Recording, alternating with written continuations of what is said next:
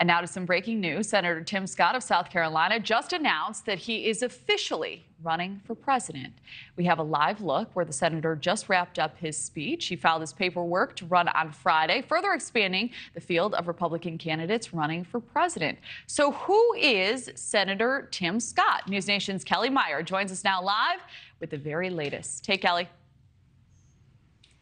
Hey there. Well, I can tell you, I've been covering South Carolina Senator Tim Scott for really 8 of the 10 years that he's been in the Senate. And I can tell you that I've never seen him that enthusiastic or fired up. Granted, I'm chasing him through the halls in the Senate on legislation, so this was a bit more exciting of a moment for him. But he just launched his 2024 campaign. And for those just tuning in or hearing his name for the first time, he really gave them a taste of who he is, giving them insight into his personal life. He talked about his grandfather, his family, and mentioning his grandfather, who was forced out of school in the 3rd grade and went to pick cotton. He talked about growing up in a single-family household right here in North Charleston with his mom. He said his mom and his brothers shared the same bed and lived in poverty. He talked about failing out of school and that he got a scholarship to college through football. And then he ended up here at Charleston Southern University, where he gave this announcement today. So really full circle.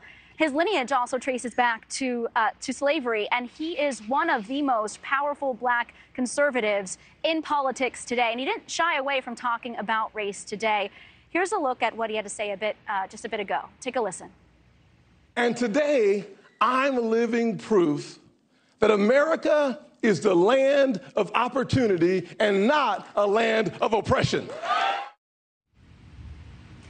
His mother was in the audience today. He brought her on stage. He said that she worked 16-hour days as a nurse's aide and taught him that, he said, quote, "there is dignity in all work." He used this to take a swipe at President Biden. He also said that he is hitting at the left for what he says. He thinks that he's their biggest fear getting into this race. His campaign telling us that they have $22 million cash on hand, making him one of the most funded GOP candidates going into this primary race here for 2024.